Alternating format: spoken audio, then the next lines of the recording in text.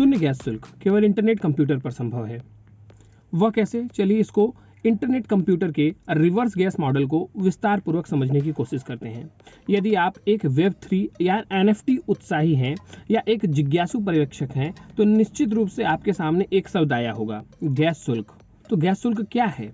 दुनिया में हर एक चीज की एक कीमत होती है।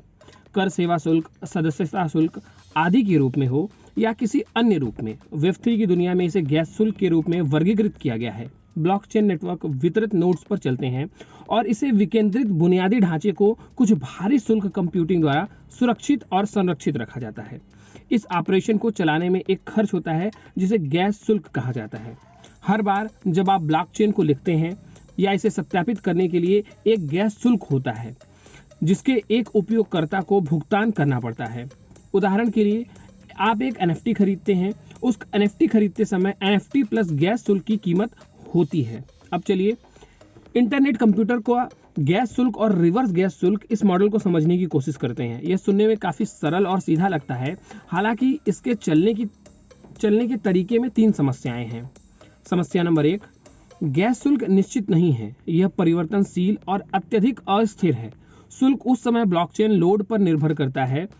गैस शुल्क सामान्य रूप से $30 से $300 तक कहीं भी हो सकता है और हाल ही में 6000 से भी अधिक के लेन देन में भी गैस शुल्क लगता है।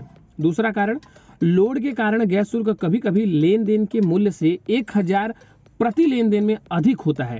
कल्पना कीजिए कि आप $100 के लागत की एक एयरलाइन टिकट ऑनलाइन खरीदते हैं और जब आप चेकआउट करने जाते हैं तो लागत $1000 तक बढ़ सकती है। तीसरी समस्या, यह किसी भी DAP के लिए काम नहीं करता है जो हर बार ट्रैफिक बढ़ने, गति कम होने और गैस की फीस बढ़ने की वजह से बड़ा होना चाहता है। जैसे हजारों खिलाड़ियों के साथ एक ऑनलाइन गेम खेलने की कल्पना करें, लेकिन प्रत्येक क्रिया के लिए आपको 30 से 40 सेकेंड इंतजार करना होगा और शुल्क बढ़ता ही रहेगा। चलिए अब समझते हैं कि इंटरनेट कंप्यूटर संरचनात्मक रूप से किस प्रकार से भिन्न है या अलग है। एथेरियम वैश्विक सर्वसम्मति की प्रणाली पर चलता है, इसलिए यह धीरे धीरे चलता है और यह महंगा है, जो डेफी जैसे अनुप्रयोगों के लिए ठीक है। हालांकि कोई भी आसानी से वेबसाइट नहीं चला सकता या सीधे एथेरियम पर गेम नहीं खेल सकता है। इंटरनेट कंप्यूटर साइकिल से भरे कनस्टरों का एक अलग सिद्धांत पर बनाया गया है जो इसे तेजी से चलाने, वेबसाइटों, खेलों, जटिल उद्यम प्रणालियों को चलाने और डेफी आधारित सेवाओं की सुरक्षा में सुधार करने में सक्षम बनाता है। अपने रिवर्स गैस मॉडल के कारण इथेरियम की तुलना में अंतिम उपयोगकर्ता के लिए इंटरनेट कंप्यूटर काफी सस्ता है।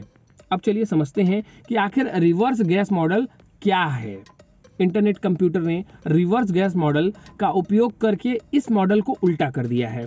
यह बहुत हद तक उस मॉडल से मिलता जुलता है जिसकी वजह से हम अभी तक वेब 2 की दुनिया में उपयोग करते हैं, यानी उपयोगकर्ता फेसबुक या यूट्यूब का उपयोग करने के लिए भुगतान नहीं करते हैं।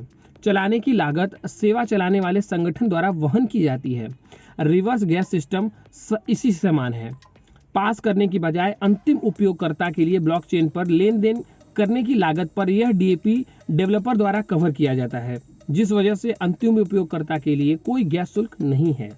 उपयोगकर्ता गैस शुल्क के अधीन हुए बिना लेन देन समाप्त कर सकते हैं। यहाँ तक कि अगर रिवर्स गैस शुल्क की लागत बढ़ जाती है तो यह अंतिम उपयोगकर्ता को नहीं दी जाती, बल्कि इसके बजाय डेवलपर के लिए एक परिचालन लागत बन जाती है। तो क्या उपयोगकर्ता एक NFT का उपयोग कर रहा है, एक DEX का उपयोग कर रहा है या सैक्योलफाई या मेटावर्स पर शामिल हो रहा है? उपयोगकर्ताओं के लिए कोई अग्रिम शुल्क नहीं है, कोई भी अग्रिम शुल्क नहीं है। इस मॉडल के साथ कुछ नवीन संभावनाएं भी खुलती हैं, जैसे रिवर्स गैस मॉडल सहित ICP का संपूर्ण बुनियादी ढांचा ब्लॉकचेन नवाचार को फलने फूलने और ब्लॉकचेन को अपनाने वाले उपयोगकर्ता के लिए घर्षण रहित होने की अनुमति देने के लिए डिजाइन किया गया है। उदाहरण के लिए यह social media, gaming, enterprise solutions जैसे अनुप्रयोगों की अनुमति देता है जिन्हें ब्लॉकचेन के विकेंद्रित लाभों के साथ स्केलेबल बनाने के लिए बड़ी संख्या में उपयोगकर्ताओं की आवश्यकता होती है। संभावनाएं अनंत हैं जो ICP पर DAP के लगातार बढ़ने से पारिस्थितिकीय तंत्र में दिखाई भी दे रहे हैं। धन्यवाद।